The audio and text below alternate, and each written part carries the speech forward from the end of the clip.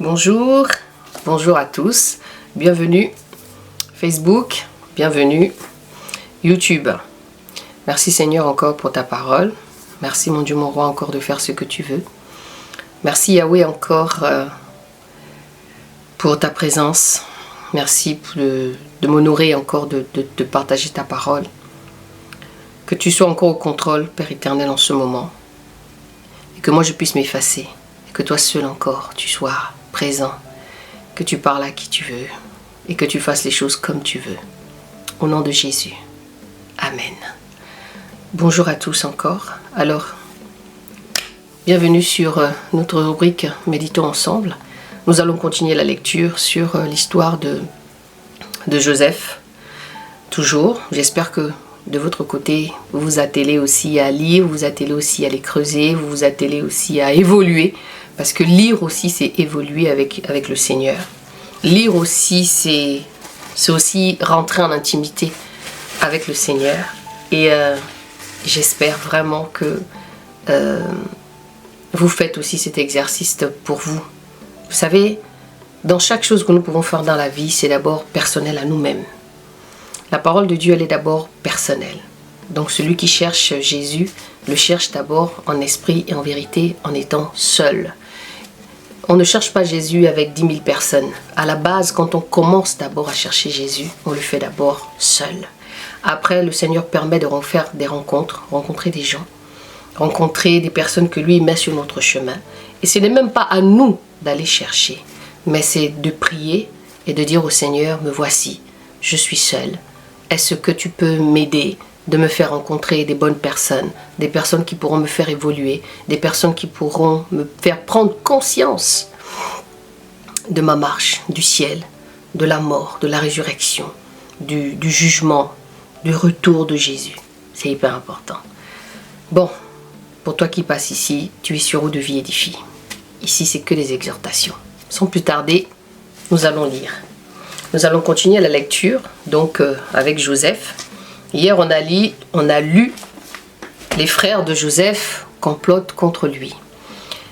Nous avons lu déjà, je ne vais pas revenir dessus. Et puis là, nous allons continuer sur Joseph vendu à des marchands et amené en Égypte. Malheureusement, ici, je ne te fais pas des prophéties. Hein. Ici, je suis juste en train de t'enseigner.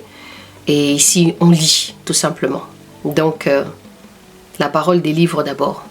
Et Osée dit que le peuple de Dieu périt par manque de connaissance. Et la connaissance, on l'acquiert quand on lit la Bible. Surtout celle du Seigneur. Hein. Et puis, avec des rencontres et des expériences. Et c'est que Dieu aussi peut te montrer ici et là. Soyez bénis en tout cas. Je lis la Bible. Joseph vendu à des marchands et amené en Égypte. Ensuite, ils s'assirent pour manger du pain. Et levant les yeux, ils regardèrent et voici une caravane d'Ismaélites qui passait et qui venait de Galade. Et leurs chameaux étaient chargés d'aromates, de baume et de la myrrhe qu'ils transportaient en Égypte. Et Juda dit à ses frères, que gagnerons-nous à tuer notre frère et à cacher son sang?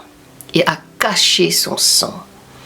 Venez, vendons-le à ces Israélites et ne mettons point notre main sur lui, car il est notre frère, c'est notre chair. Et ses frères lui obéirent. Les frères de Joseph se sont rendus compte que c'était aussi leur frère, que c'était leur chair, que c'était leur sang. Malgré qu'ils avaient cette réflexion de repentance, ça ne les a pas empêchés de vendre Joseph. Ça ne les a pas empêchés de se débarrasser de lui, de le tuer, enfin de le vendre et de prendre son vêtement, de tuer un mouton et de tremper son habit dans le sang et aller dire à Jacob que ton fils est mort. Waouh, c'est terrible. Hein? Que gagnerons-nous à tuer notre frère et à cacher son sang? Venez, vendons-le à des Israélites et ne mettons point notre main sur lui, car il est notre frère, c'est notre chair. Et ses frères lui obéirent, et comme les marchands madianites passaient, ils tirèrent et firent remonter Joseph de la citerne et le vendirent pour 20 pièces d'argent. 20 pièces d'argent aux Israélites qui amenèrent Joseph en Égypte. Je ne sais pas c'est quoi l'équivalent de 20 pièces d'argent et qu'est-ce que c'était cet argent-là. Bon, on connaît l'euro, on connaît le CFA, mais à l'époque, je ne sais pas ce que c'était les 20 pièces d'argent. Puis Ruben. Donc Ruben, déjà sur le verset 2 du chapitre 37, était déjà très embêté de voir le comportement de ses frères. Et il a essayé de tout faire. Donc à ce moment, quand ils vendent Joseph, Ruben n'est pas là. Puis Ruben revint à la citerne. Et voici Joseph n'était plus dans la citerne. Alors il déchira ses vêtements. Il retourna vers ses frères et leur dit, l'enfant n'y est plus. Et moi, où irai-je? Ils prirent la tunique de Joseph et ayant tué un bouc, ils ont tué un bouc et non un mouton, d'entre les chèvres, ils plongèrent la tunique dans le sang, puis ils envoyèrent et firent porter à leur père la tunique de plusieurs couleurs en lui disant, voici ce que nous avons trouvé. Reconnais maintenant si c'est la tunique de ton fils. Mais comment des grands frères pour demander à leur père, reconnais maintenant que la tunique là, c'est la tunique de ton fils. Ou non. Si c'est la tunique de ton fils ou non. Jacob l'a reconnu et dit, c'est la tunique de mon fils. Une bête féroce l'a dévoré. Joseph a été déchiré. Il a été déchiré. Et Jacob déchira ses vêtements. Il mit un sac sur ses reins. Et il porta le deuil de son fils durant plusieurs jours. Tous ses fils et toutes ses filles vinrent pour le consoler. Mais il le rejeta. Il le rejeta. Toute consolation. Et, mon Dieu, même si c'était moi. Il disait, c'est en pleurant que je descendrai vers mon fils. Donc pour lui, c'est en pleurant qu'il aura trouvé son fils là-bas dans le Sheol. C'est ainsi que son père le pleurait. Les Madianites le vinrent en Égypte à Potiphar, eunuque de Pharaon, chef de garde. Donc ici, on est sur le chapitre 37 au verset 25 à 36. Waouh! Est-ce que vous vous rendez compte un peu de la douleur de Jacob? La douleur qu'il a eue de voir cette tunique et de réfléchir à cet enfant qu'il a envoyé en fait, qu'il est allé dire d'aller surveiller ses grands frères.